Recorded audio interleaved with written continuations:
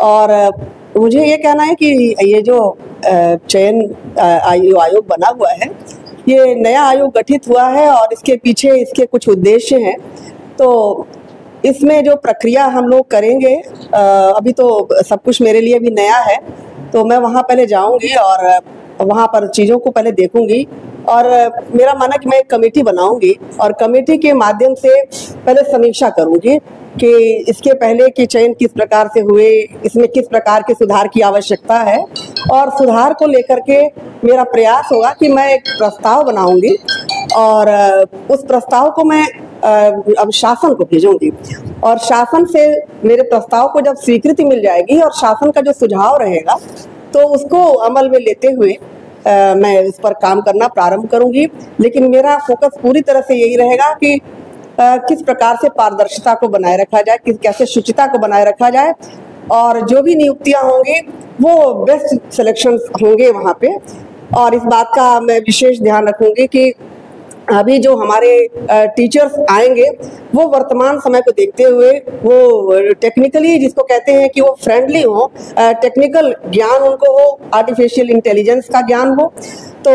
इस तरह से हम चाहेंगे कि अभी जब हमारे अब शिक्षकों की नियुक्ति हो पूरी तरह से समय के अनुकूल हो, क्योंकि आजकल हम देख रहे हैं कि शिक्षक से अधिक विद्यार्थी सजग है। तो जब तक हम बेस्ट का चयन नहीं करेंगे तब तक हम शिक्षा व्यवस्था में सुधार नहीं ला पाएंगे। तो दो बातें मेरी, एक तो शुचिता को बनाए रखना और दूसरा बेस्ट का सिलेक्शन करना। मैम, एक टीजीटी हो गया, पीजीटी भर्ती रुकी है, पीटीसी कई बार शिक्षक होते हैं, उस पर आपका क्या विचार है? देखिए, सारी नियुक्तियां ये शिक्षण जगत से ही संबंधित हैं और उसमें भी चूंकि हमारी तो नींव ही है बेसिक शिक्षा,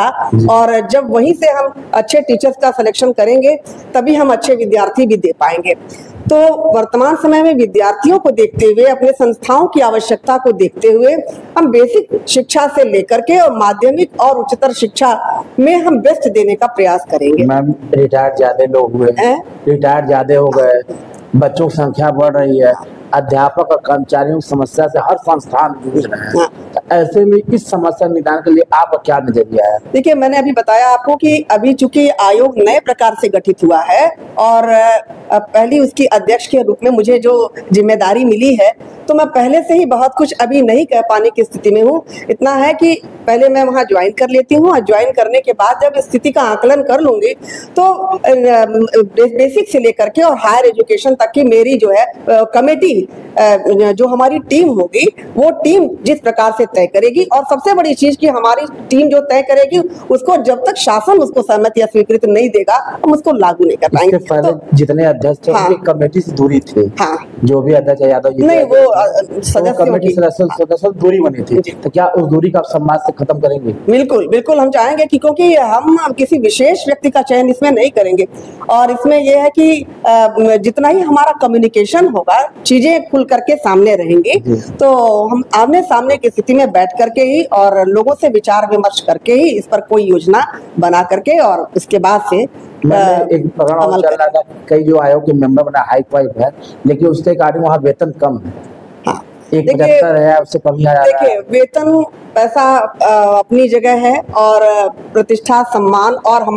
हमारा जो देश के भविष्य है, हमारे बच्चे हैं और बच्चों को बनाने वाले हमारे शिक्षक हैं। तो अगर हम वेतन पे न जा करके हम थोड़ा सा यही करें कि हम कुछ समाज को दे सकें, पारदर्शी रूप से हम अच्छे शिक्षक दे सकें, तो जो समाज में सुधार ला सकें, बच्चों का विकास कर सकें, तो वहाँ वेतन मायने नहीं रखता, क्योंकि वहाँ जो भी जाएगा इन सब स्थितियों का आकलन करने के बाद ही जा रहा है। तो ऐसा नहीं कि वहाँ जाने के बाद से हमें पता चलेगा और निर्णय हमारा बदलेगा। तो ये सब कुछ सोच करके ही हमने भी कदम बढ़ाया है कि पैसा ही महत्वपूर्ण नहीं होता है और हमारे लिए समाज और देश महत्वपूर्ण है। मैम, एक तो आपका अच्छा होगा, आप एक पेपर क्वेश्चन, पहला अध्यक्ष कौन होगा तो आपका नाम आएगा जी। अब बच्चों को एक नंबर जरूर मिल जाएगा उस पर क्योंकि इतिहास जब जब लिखा जाएगा तो पहले अध्यक्ष का नाम परीक्षा जरूर पूछा जाता, तो आपका पहला नाम आएगा। कई IAS भी इस लाइन में थे, कई बड़े अधिकारी, इनका उनको पछाड़ के आपका नाम ना आए। इस बारे में यही कहना है कि देखिए किसी भी विश्वविद्यालय या शिक्षण संस्था या हायर एजुकेशन को जितनी अच्छी तरह से कोई शिक्षक समझ सकता है और उसकी व्यवस्था को, चाहे शिक्षण व्यवस्था हो, व्यक्तित्व विकास को हो, तो और मैनेजमेंट की भी बात जहां तक है, तो जहां तक एक शिक्षक इस बात को समझ सकता है, मेरे ख्याल से शायद एक आईएएस या प्रशासनिक अधिकारी केवल प्रशासन तो कर सकता है, लेकिन ओवरऑल जो देखने की बात होती है वो शिक्षक बेहतर ढंग से समझ सकता है। तो जो मुझे ये दायित्व मिला है प्रथम अध्यक्ष के रूप में, तो मैं पहले एक शिक्षक ही हूँ, उसके बाद से अध्यक्ष हूँ। तो मेरा पूरा यही प्रयास होगा कि मैं शिक्षकों के साथ, शिक्षण व्यवस्था के साथ न्याय कर सकूं। मैम, जो टीजीटी भर्ती रुकी है, जो टीजीटी भर्ती रुकी 2021 वाली और कुछ शिक्षक भर्तियां, उस पर आपका क्या नजरिया, क्या भर्ती कब तक हो? देखिए मैंने आपको बताया कि ये प्राथमिकता में है, क्योंकि अभी तक जितना भी विलंब हुआ, मेरे हिसाब से शासन का भी यही प्रयास है कि जल्दी से जल्दी, देखिए पिछले सप्ताह ही